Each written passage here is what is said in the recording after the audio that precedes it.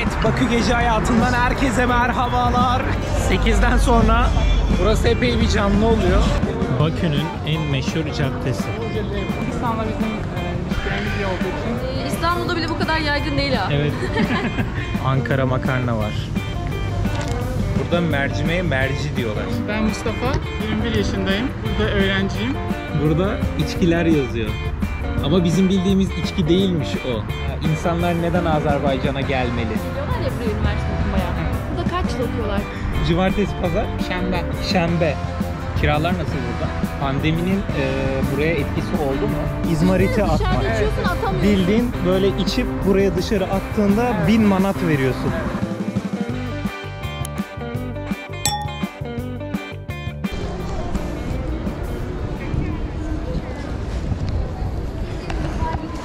Evet. Hostelimizin yerine bakalım. Sahil Inn Hostel.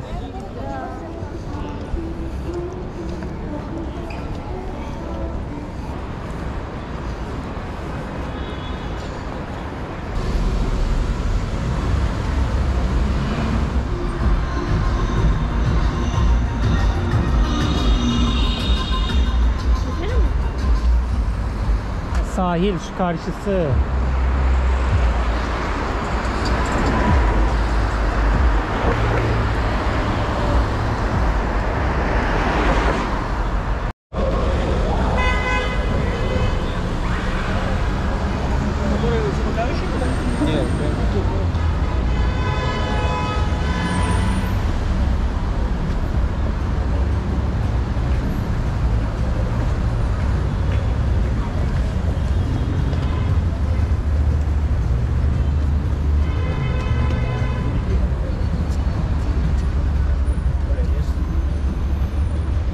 Evet, sahil hostel.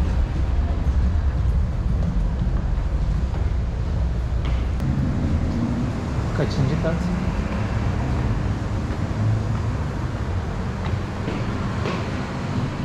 Yukarı mı çıkıyoruz acaba? Asansör var ya. Ama kaçıncı kat olduğu yazmıyor. Nerede asansör?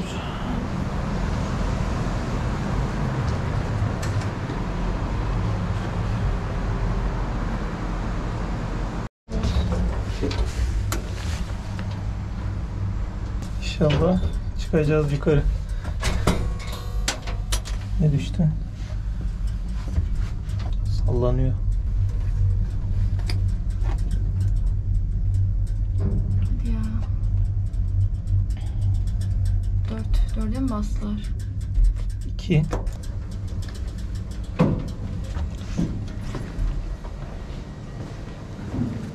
Burası işte.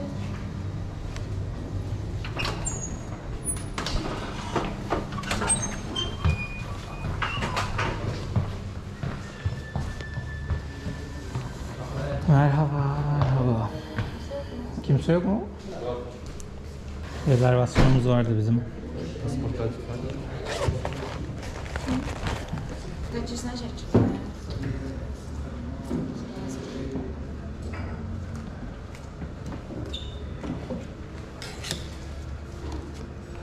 Hello Bakü. Bu ne oluyor? Bu ne oluyor? Sizin giriş ve çıkış tarihiniz. He.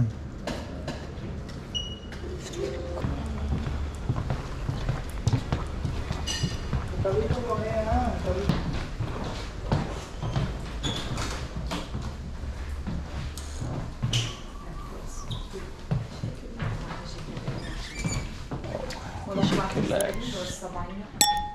Tamam. Çok sağ olun. Evet. Odamız böyle bir oda.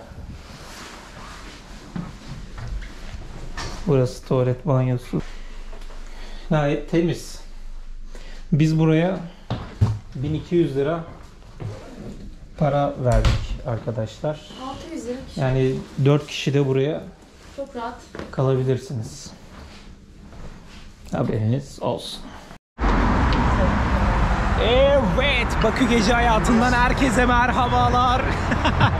Biz tertemiz olduk, duşumuzu aldık. Evet, Mis gibi paklandık. Şimdi size Bakü'nün gece hayatını çekmek için yola çıkıyoruz. Bizim kaldığımız hostel sahil hostel. Şurası hemen Hazar Denizi zaten ilerisi. Buradan çok belli olmuyor ama şu aşağısı hemen deniz. Buralarda Bakü'nün ara sokakları, caddeleri oluyor. Şimdi Couchsurfing'ten birisi yazmıştı buluşalım diye. Sanırım üniversite öğrencisi Mustafa ismi. Onunla görüşeceğiz. O da şehir merkezine 20-25 dakika mesafede yaşıyormuş. Biz çıktık. O da 20 dakikaya gelecek. Şuraya gidelim. Şurada bir Bravo Market vardı. Oraya girelim. Mustafa gelene kadar aynen. Bir su alalım. Şey hissediyorum, sanki her ülkede market bulmak zor yani. Hani burada var diyorlar ama bizim kadar çok sık değil. Bizim her mahallede mesela 2-3 tane market var. Evet. Burada öyle bir şey yok. Evet. Çoğu yerde yok bence. Yani olabilir. Market sistemleri Aynen, farklı. ülkelerin gelişmemiş olabilir. Bakü gece hayatı nasıl olacak bilmiyorum. Bakalım Mustafa bizi nereye götürecek? Mustafa bize nereye önerecek? Ne yapacağız? Göreceğiz artık. Hem Azerbaycan'da okumanın da avantajları, dezavantajları, hangi bölüm okuyor, ne yapıyor, eğitim seviyesi nasıl, bunları öğrenmiş olacağız. Çok da güzel olmuş olacak açıkçası. Bu arada akşam 8'den sonra burası epey bir canlı oluyor. Böyle caddelerde inanılmaz derecede yüksek sesli müzikler duyabiliyorsunuz. Bir Bravo'ya girelim.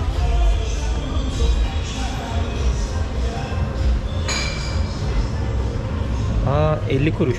Ay 50 kuruş diyorum. Hala alışamadım. 50 gepik. 50 gepik. Biz 1 manata almıştık, hatırlıyor musun? 50 gepik. Biz 1 manata almıştık bir tanesi. Hatta şöyle 0.75 oluyor. Şundan alalım bence. Büyük al ya. Gazsız. Ay. Bu kaçlık? Birlik. Gazsız mı? Aynen bundan alalım. Hepsi. Soğuk soğuk. 50 gepik. Başka ne varmış? Abi suyu böyle de var. Dünkü aldılar ya, onun büyüğü. Evet. Ne kadar acaba o? Ve burada ne buldum ben? Burada ne buldum ben? Fatma'nın memleketi Alaşehir'den bir iz. Ya ben Alaşehir değilim ama Manisalıyım. Manisalı, Salihlili. Evet. İstanbul'da bile bu kadar yaygın değil ha. Evet. Sarı kız burada bayağı meşhur galiba. Manisa buraya ticaret yapıyor. Ticaret yapıyor. Bakalım başka ne varmış. Orada kapalı ürünler var. Şu ne? Sarı erik kurusu, sarı kişmiş, üzüm. Kuru yemiş bunlar. Pişmiş diyorlar, üzüm işte. Hurma, Tunis. Tunus hurması galiba. Aynen, hurma. Bak mango kurusu. Bugün Mango yediğimiz kurusu. demek ki mangoydu. Evet. Güne bakan. Güne bakan diyorlar arkadaşlar çekirdeğe burada. Güne bakan. Gün döndü, güne bakan. Hani bizim Trakya'da da vardır ya, gün döndü derler. O tarz.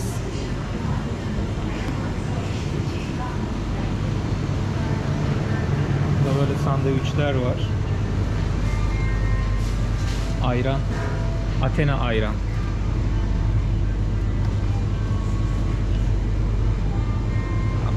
Azerbaycan üretimi. İnek sütünden yapılmış.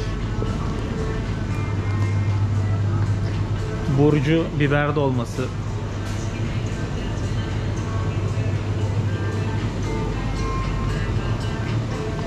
Burada tabi domuz tüketmedikleri için arkadaşlar domuz ürünlerini göremiyoruz. Moldova'daki gibi o kadar yok. Şurada temizlik ürünleri var. Diş macunları var mesela. Selpak var burada. Burada alkoller var. Efes falan. Ankara makarna var.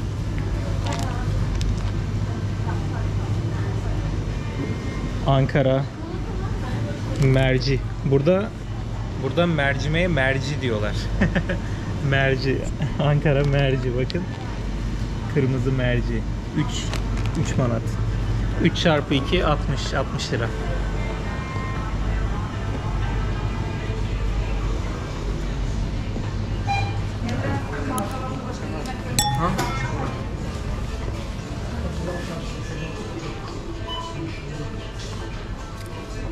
Burada da arkadaşlar dikkat edin. Burada bak gazsız yazıyor.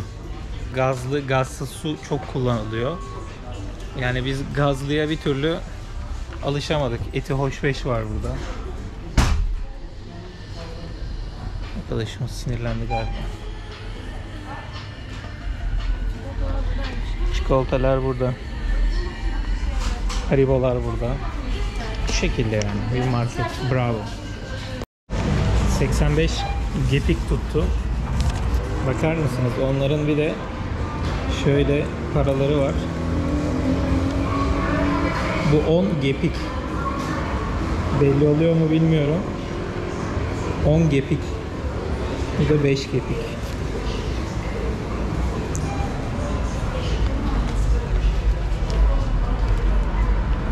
Gel buradan.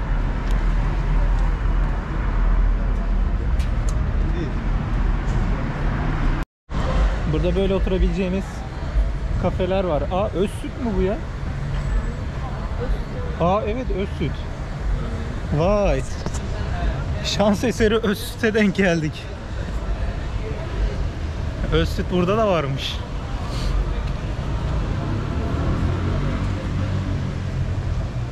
Biraz hayatın hızlı aktığı yerlere doğru yürüyoruz.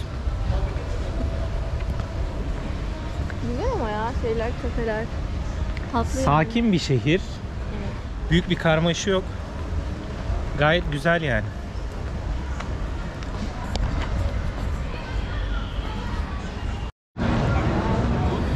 Burası Bakü'nün en meşhur caddesi.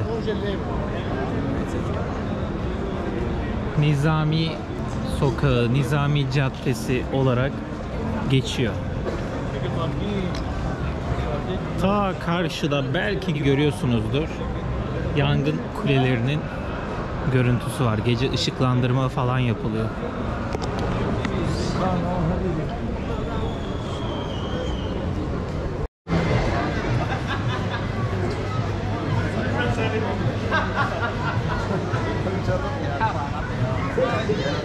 Sesler geliyor. Canlı müziklerin sesleri. Birazdan eğlenceli olan tarafa geçeceğiz. Burası Nizami 77 yazıyor. Nizami çok güzel bir isim değil mi ya? Bakü'nün en güzel caddesi ve adı Nizami. Nizami bir şekilde olduğu için mi acaba? Olabilir. Çünkü binalar çok güzel bir şekilde dizilmiş.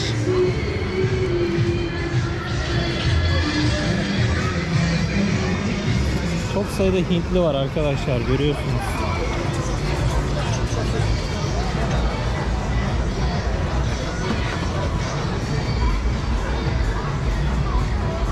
Arkadaşlar biz Mustafa ile buluştuk. Az önce bahsettiğim gibi Mustafa burada üniversite okuyor galiba. Evet, ben yüksek lisans öğrencisiyim. Yüksek lisans öğrencisi. Süper. Yaş kaçtı?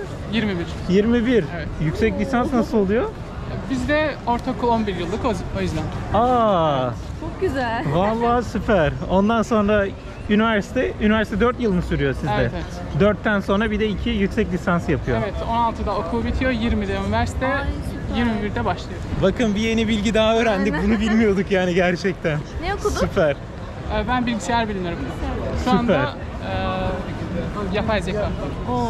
Tam konumuza geldik. Evet. Yapay zeka ile ilgili çok güzel muhabbetler edeceğiz arkadaşlar. Akademi olarak mı devam edeceksin, akademisyen olarak mı? Evet, planlıyorum akademisyen olarak. Süper, süper. Çok fazla Hintli ablalarımız var burada ya, Hintli kardeşlerimiz. Evet, bayağı fazla. Pakistan'da. Evet, Pakistan'dan, Hindistan'dan buraya galiba normal giriş yapılabiliyormuş onlar. Evet, Hindistan'la bizim ilişkilerimiz iyi olduğu için basit bir şekilde vize alıyoruz. Bayağı evet, direkt geliyorlarmış. Şimdi bir yere oturalım. Oturduktan sonra Mustafa ile derin bir sohbete gireceğiz arkadaşlar. Sizi de bu sohbete dahil edeceğiz. Bakalım Mustafa bize neler anlatacak yapay zeka ile ilgili. Haydi bakalım biz bir yer bulalım. Haydar Aliyev Sarayı konser salonu. Bayağı da büyükmüş. Maçların oynandığı yer neresi oluyor? İki tane Futbol var. maçları. Bir havalimanı tarafından gelirken gördüm bir stat. Olimpiya stadı. Olimpiyat stadı. Diğeri de Tofik Bahramov. Orası Karavan nerede? resmi stadı. Gençlik metrosu tarafı. Ha, o tarafta, anladım. Şu Yıldız Usmanova Nova şey değil mi ya? Seni severdim. Aynen, onu söyleyen kadın. Evet, rağmen seni severdim. Kimle söylüyordu onu? Yaşar'la mı söylüyordu? Yaşar'la söylüyordu. Hatırladım. Burada ne yapılıyor? Geniş bir alan. Geniş bir alan bayağı. Burada fıskiyeler var böyle. Ha, aynen. Ha aynen. Şimdi yok belli ama. Bu evler falan bir anlamı var mı bu evlerin? Sanırsam yok ama eski bina var. Normal aileler yaşıyor galiba değil mi? İçeride iş yeri gibi bir yer değil. Şurada sade bir iş merkezi var. Hı hı. Onun binası var orada. Bir de otel var. Anladım. Sen hangi üniversitede okuyorsun? Fransa Azerbaycan Üniversitesi. Kaç tane üniversite var burada? 30-40 falan. Oo, güzel bayağı var. İstanbul'dan ya da Türkiye'den böyle gelenler oluyor mu buraya? Üniversite Evet, okumak oluyor. için oluyor değil mi? Son zamanlarda bayağı oluyormuş. Son 2-3 senedir falan galiba. Evet, bazı ortak projeler var. Hatta geçtiğimiz ayların birinde Türkiye-Azerbaycan Üniversitesi açıldı. Aa, Evet, böyle ortaklaşıyoruz. süper. Bakü'de mi? Burada mı? Evet, bakın. Evet Mustafa. Evet. Başlayalım mı? Olur. Şimdi kendini tanıt bakalım. Ne yapıyorsun? Nasılsın? Nerelisin? Burada ne yapıyorsun? Anlat. Tamam, ben Mustafa. 21 yaşındayım. Hı hı. Burada öğrenciyim. Hı hı. 4,5 yıldır. Şu an Eylül'den itibaren yüksek lisans yapıyorum. Birinci sınıfsın. Birinci sınıf, evet. Öyle burada bazen arkadaşlarla takılıyoruz buralarda falan. Hı hı. Öyle yani. Böyle. Güzel. Yapay zeka okuyorsun. Yüksek Evet. lisans olarak. Evet. Üniversite bilgisayar bilimleri okudum. Hı hı. Sonra yüksek lisansta veri bilimi ve yapay zeka. Yapay zeka son zamanlarda bayağı zaten gelişti, Evet, trendte uçtu. şu an. Evet, benim de şöyle yapay zekayla bir ilişkim var yani. Ben YouTube kanallarına içerik üretip yapay zeka ile destekleyerek onlardan para kazanma amacı gidiyorum. Short çıkarmamı böyle. Shorts olsun, normal uzun video olsun ama aklımda bu yapay zekayı kullanarak güzel işler çıkartmayı düşünüyorum. Anladım. Bu evet. Yani ChatGPT, işte bu AI programları falan var. Onları falan işte kullanarak böyle atıyorum mesela metin yazıyorsun. Senin yazdığın metne göre fotoğraf çıkartıyor. İşte senin yazdığın metne göre video çıkartıyor falan. O tarz programlar var, AI programları. Onları falan kullanmayı öğrendim. Onları falan baktım. Yani yavaş yavaş böyle bir yapay zekanın içine giriyorum. Evet, zaten ben de öyle düşünüyorum ki generatif AI kullanımı kim kullanıyorsa her zaman rakiplerinden öndedir. Hı hı. Ama bu web sitelerinde veya YouTube'da bunun karşıtı olarak bazı önlemler alınıyor YouTube ve Google tarafından. Ne gibi? Mesela bizim iki web site var. Hı hı. Biz oraya bir blog sitemiz var orada. Onlara içerik yüklediğimiz zaman eğer AI tabanlı oluyorsa, hı. yani AI tarafından oluşturulduysa Google onları pek indekslemiyor. Desteklemiyor yani. Yani evet, yani pek search'te öne çıkarmıyor. Ama Akgün'de çıkartıyor diye bilgi sunuyor bize. Yani insan yazdığı daha çok ön planda oluyor. Çünkü Anladım. Google'un algoritmaları yapay zekanın yazdığı metinleri, fotoğrafları anlayabiliyor.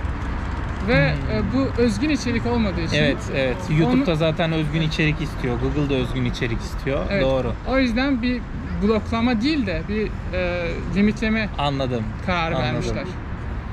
Bunu yeni mi çıkarttılar yoksa eskiden beri var mıydı? Destekliyor tabii ki de ama belirli bir süreden sonra bu olmuyor. Anladım. Çünkü 2023 Ocak'tan beri Hı hı. bu algoritmalar uygulanmaya başladı. Hı hı. YouTube tarafından. Hatta 2024'te Çin'in kendi video paylaşım uygulamaları var. Hı hı. Orada tamamen bloklandı. Yani AI ile üretilen hiçbir video Hı hı. görüntüleme alamıyor. Anladım. Yani öyle bir kısıtlamalar olabiliyor. Arkadaşlar Özsüt'e oturduk. Özsüt'ün menüsüne bakıyordum. Bakın burada içkiler yazıyor. Ama bizim bildiğimiz içki değilmiş o. İçkilerin içine girdiğimizde Sıcak. soğuk, yani sıcak, aynen sıcak soğuk. Sıcak içkilerin içine girdiğimizde çay, bitki çayı.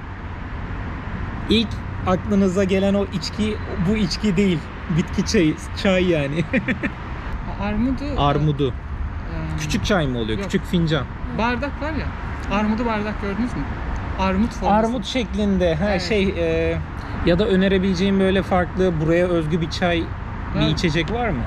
Yok, ben zaten kahve içmiyorum. Ben çok kahve sevmiyorum da Fatma seviyor. Yani egzotik çay falan pek buranın öyle bir meşhur bir çayı falan yok. He, anladım. Zaten burada gara çay dediği Azerbaycan çayı. Anladım. Normal çay oluyor. Evet. Tam normal çay alalım o zaman ya.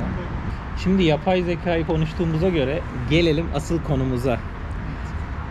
Bakü hakkında, Azerbaycan hakkında bize böyle bilinmedik, senin bize aktarabileceğin böyle güzel bilgiler verebilir misin? İnsanlar neden Azerbaycan'a gelmeli?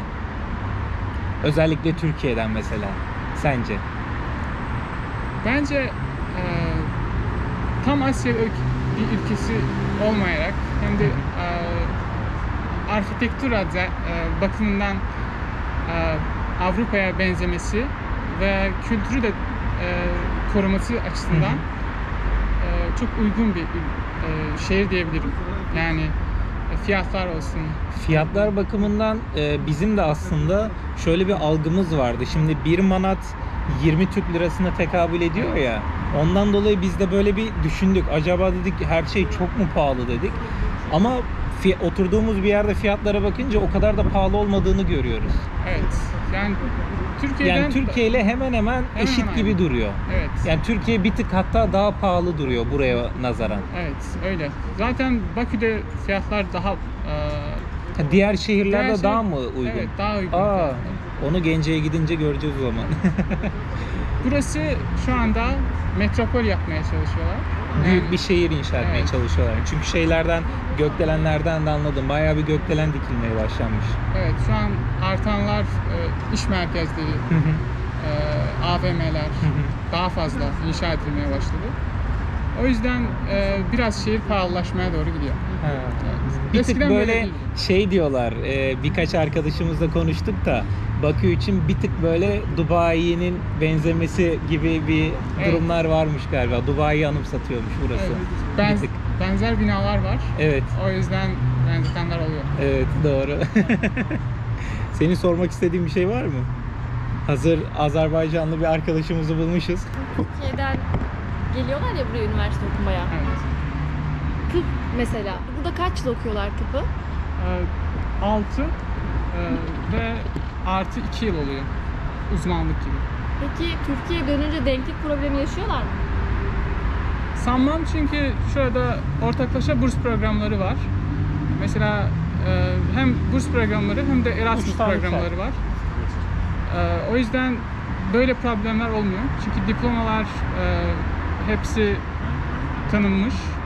Hem Türkiye'de hem Azerbaycan'da biliniyor. Yani buradan mezun olup gidince Türkiye'de de çalışabiliyor. Evet. Sıkıntı olmuyor. Rahat bir şekilde problem olmuyor yani. Mesela benim çok tanıdığım var. Türkiye'de, Buradan Türkiye'ye gidenler. evet, Hacettepe'de tıp okudu. Dersler peki zor oluyor mu burada? Üniversiteler zorluyor mu hocalar özellikle? Eğitim sistemi nasıl yani burada? Bazı rankı daha fazla olan ünlerde olabiliyor. Evet. Rank dediğin kredi mi? Rank dediğim sıralama. Sıralaması daha iyi olan üniversiteler. He, anladım. Atıyorum mesela Türkiye'deki Boğaziçi Üniversitesi, Evet. Marmara Üniversitesi gibi. Evet. Anladım. O ünlerde biraz daha zorlayabiliyor. Sizde bir de şey varmış galiba, az önce öğrendik onu da. Haftayı sayılara bölmüşsünüz. Evet. Birinci gün, ikinci gün, üçüncü gün diye. Bugün Cuma, bugün 5. gün o zaman haftanın. Yani bunu çok kullanıyorsunuz galiba değil mi? Hani bizde de vardır. Bu kadar çok yaygın kullanılmıyor ama. Evet, biraz kompleks bizde. Mesela pazartesi, bizde pazar ertesi. Pazar ertesi. İkinci gün dediğimiz şey sizde Salı. salı. Bizde çarşamba akşamı. Çarşamba akşamı. Aa, niye öyle diyorlar? Çarşamba akşamı. Çünkü ondan Çarşambanın geleceğini sonraki gün çarşamba. çarşamba Çarşamba akşamı. dediğimiz. Vay.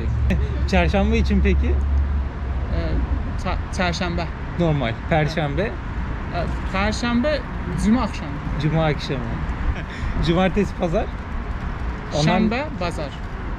Ne? Şembe. Şembe. Şembe. İlginç. Bak ilk kez bunları duydum. Hiç daha önce bu tarz bilgiler okumamıştım ya da duymamıştım yani Azerbaycan hakkında. Şu yanında getirilen? Bu da siz reçel diyorsunuz galiba. Evet. Sizin Ne de- reçeli? Cilas. Cilas değil. Kiraz. Kiraz. Ama ak kiraz. Beyaz kiraz. Beyaz kiraz. Sizde beyaz kiraz var mı? Kırmızı kiraz var da. Beyaz var mı? Rusya çok meşhur. Yani He. çayın yanında beyaz kiraz olmazsa olmaz. Bunu bu şekilde yapıyoruz galiba değil mi? Bir bundan alıp bir de çay içiyoruz. Evet. Bunu bugün öğrendik. Bak burada da evet koymuşlar. O bayağı yoğun ama. Bayağı güzel. Güzel bir de. Çayı bak gene aynı. Tomurcuk katıyorlar galiba değil mi? Ha. Böyle bir ferah bir tat var çayın içinde. Bazen çeçli otu değil diyoruz biz. Siz ne diyorsun? Keklik otu. Bizde çeçli otu değil. Tamam. Bugün bayağı alıştırdılar bizi ya böyle şekerli yemeği içmeyi. Ben normalde çaya şeker atmıyorum. Bıraktım, bir senedir atmıyorum. Ama burada bayağı şekerli içmeye alıştık. Evet. Burada çay daha biz içine atmıyoruz şekeri. Hı hı. Biz Evet. direkt ağzımıza koyuyoruz. Kıtlama tarzı da Kıtlama varmış diyoruz galiba. biz de Bir de Ceviz de koyuyoruz. evet ceviz de vardı. Tatlı bir, şerbetli ceviz gibi. Evet. Yaş ceviz kullanılıyor galiba. Evet. Şu Yaş an cevizi. yaş cevizin mevsimi. Onu biz evde yapıyoruz. Mesela ben geçen hafta sonu bizim memlekete gitmiştim. Orada annem yapmıştı böyle. Vay. Burada yurtta mı kalıyorsun? Yok burada bir kirada. Kirada. Evet. Kiralar nasıl burada? Ben şehir merkezinden çok uzaktayım diye uygun bir fiyata Bir tık kalıyorum. uygun. Güzel. Buradan 3 kat daha ucuz bir fiyata kalıyor. Oo. Çok güzel. 3 kat daha ucuz. Evet. Burada askeri ücret 350 manat tarzı bir şeymiş galiba değil mi? Evet. 250 manat. 350 manat. Türkiye oranla 7.000 lira falan yapıyor galiba. Evet. Peki halk 350 manatla geçinebiliyor mu bir ayda? Genelde hayır. Çünkü asgari ücretle çalışanlar genelde evde başka çalışan oluyor. Yani mecburen. Mecburen. Yani Türkiye'de olmaz. de o sisteme döndük artık ne yazık ki. Yani insanlar ne yazık ki ikinci bir iş daha kovalıyor ya da evde işte eşi varsa eşi de çalışıyor ya da çocukları varsa onlar da çalışıyor. Yani artık tek maaşla bir ev çok zor geçiniliyor. Çünkü İstanbul'da da bir aylık kira ortalama 10.000 ile 15.000 arasında. Düşünsene 17.000 lira para alıyorsun. 15.000 lirayı zaten kiraya veriyorsun. Sana kalıyor 2.000 lira. Bunun da mutfak masrafı var. Elektrik, su bilmem ne faturası var. Hadi onları da 1.000 lira 2.000 lira desen eline hiçbir şey kalmıyor. Evet, doğru. Sıkıntı. Bak, bu yönden de benzeşiyoruz aslında burayla. Her yıl sizde de arttırım oluyor mu Ocak'ta? Ne yaptın? Asgari ücrete. Asgari ücrete. Burada 3-4 yıldan bir oluyor ama çok az oluyor. Yani oran Bizimki gibi olmuyor. Bizim Ocak oldu mu ekmek fiyatları bir bakmışsın 20 yani. Çok fazla artıyor. Atıyorum Her şey 10 manat artıyor. artmış mesela. tamam. Çok kötü. Her şey artıyor yani. Şimdi Aralık'ta komisyon oturuyor, şeye başlıyor. İşte asgari ücrete ne kadar zam yapalım falan diye böyle oturup konuşmaya başlıyorlar. Onu Aralık'ın sonunda açıklıyorlar. Açıkladıkları gibi ertesi gün markete gidiyorsun ya, bir bakıyorsun hemen raftaki fiyatlar değişmiş. Öyle bir sistem var. Burada da artıyor fiyatlar. Ama biraz daha az artıyor. Ama bu devamlı olarak takip ediyor. Yani devamlı olarak devam ediyor. Anladım. Mesela bir yıl boyunca yavaş yavaş bir şeyin fiyatı %20 artmış olabilir. ama sürekli devam ediyor. Ama bu bir şeyde olabiliyor. Her şeyde olmuyor. Mesela çayın fiyatında olmayabiliyor ama şekerin fiyatında olmuş olabilir. Anladım. Pek de göze batmıyor. Çünkü Anladım. yavaş yavaş artıyor. Aynen. Bizde bir anda artınca direkt göze batıyor. Pandeminin buraya etkisi oldu mu? Fiyatlara, Fiyatları oldu. ekonomiye. Evet oldu. Ama bizim ekonomimize Covid'den daha çok başka nedenler var. Ne? Savaş. Ha evet. O daha çok Evet. etkiledi. Ve etkilemeye devam ediyor. Çünkü şu an Halihazırda barış süreci yok ya. evet hem de şu Karabağ bölgesinde yeni şehirler falan kuruluyor. Oralara yatırım yapılıyor. Evet. Üniversite falan kuruldu. Şu an oraya biz turist olarak giremiyoruz galiba. İzin gerekiyormuş, özel izin. Evet, sanırım o kalkmış olması lazım da. Bir siteden kontrol ederiz biz onu. nereden edebilirim? Ben şimdi bakarım. Olur vallahi, süper olur ya. Çünkü eğer açıksa, yani biz gidebilirsek oraya da gitmeyi istiyorum. Yani görmek isterim. Şuşa falan tarafıydı galiba, değil mi? Şuşa. Şuşa. heh. Evet. O taraflara gitmek isterim. Çok merak ettiğim bir şey var. Türkiye'de mesela eskiden kimseden ziyade, yani yaşlılarımız, ben çocukken mesela yaşlılarımız siyaset konuşurdu ya da ekonomi konuşurdu. Şimdi 5 yaşındaki çocuk bile ekonomiden bahsediyor Türkiye'de. İşte 5 yaşındaki çocuk bile artık siyaset konuşuyor. Burada durum bu şekilde mi? Yok, burada bu şekilde- Halk mesela, atıyorum mesela sen arkadaşlarınla böyle oturduğunda siyaset mi konuşuyorsunuz? Ya da ne bileyim sanat, okul, farklı bir şeyler mi konuşuyorsunuz? Siyaset çok az konuşuruz. Dış siyaset falan bayağı konuşuyoruz ama bizde muhalif kısım yok. O yüzden konuşacak bir şey de yok. Anladım. Evet, ekonomi falan bizde yani ben daha iyi bilmiyorum yani. Ben Anladım. konuşmuyorum. Bizde mesela yani böyle bir 2-3 arkadaş oturalım, hemen böyle iş ya siyasete bağlanıyor ya gidiyor ekonomiden mecburen konu açılıyor falan. Evet, ben Türkiye gündemini takip ediyorum. Yakından takip ediyorum. Biliyorum, evet. Oradaki Ne yazık ki.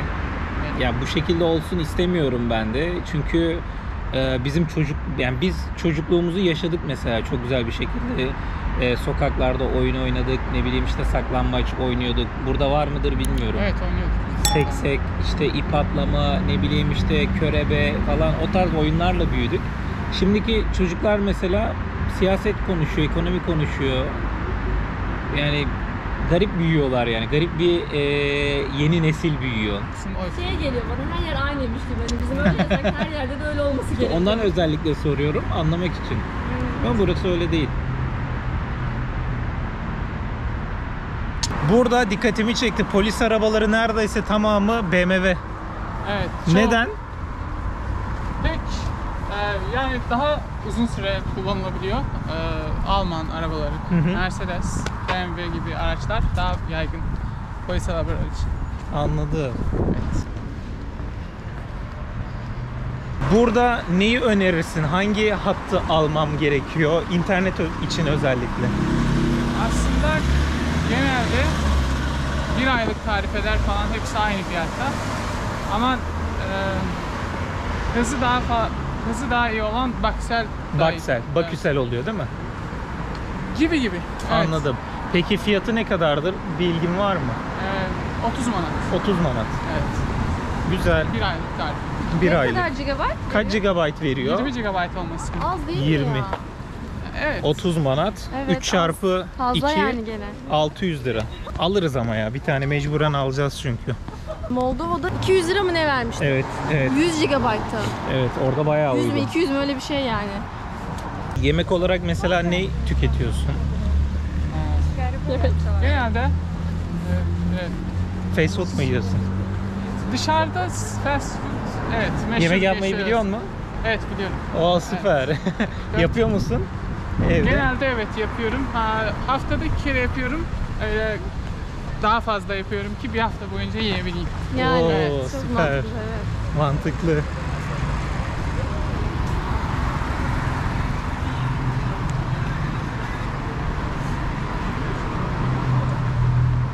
Bu taraflar biraz daha sakin taraflar galiba. Evet. Burası Bakü'nün en kaynar bölgesi normalde gündüz saatlerinde. Daha mı fazla gündüz saatlerinde Evet. burada? En büyük üniversiteler falan bu. Yani burası Ha, 28. burada.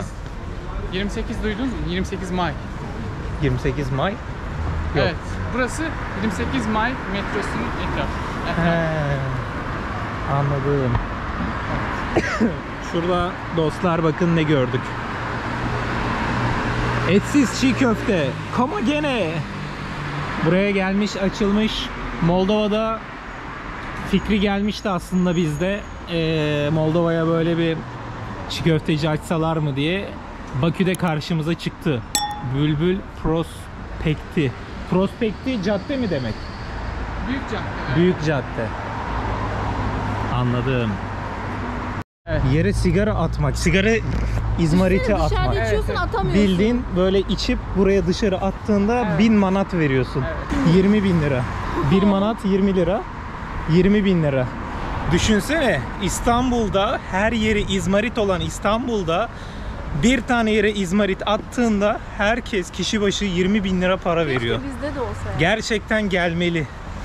Bu Devlet gelmeli. böyle kazanır ama bizde. Çok kazanır hem kazanır yani. hem de sokaklar tertemiz olur ya. Tabii, Bak tabii. hiç yok yani, hiçbir şey yok. Tertemiz sokak. Ya isteseler de atamıyorlar çünkü. Şeyden arabadan dışarı çöp atmak falan da yasakmış Evet, galiba. onlar da yasak. O cezalar da katlandı 2 gün önce. 3 katını. Katı Evet. kuralları var. Çok Oo. güzel var. Hoşuma gitti benim. 3 katı. Başka ne yasak mesela burada? Mesela Singapur'da sakız çiğnemek yasak. Aha. Burada öyle bir şey var mı? Burada öyle bir şey yok. Parklanma falan mesela o da klasik Türkiye'de gibi. Aracınızı belirli yerler var orada uygulama Evet. üzerinden parklayabilirsin. Başka olmaz.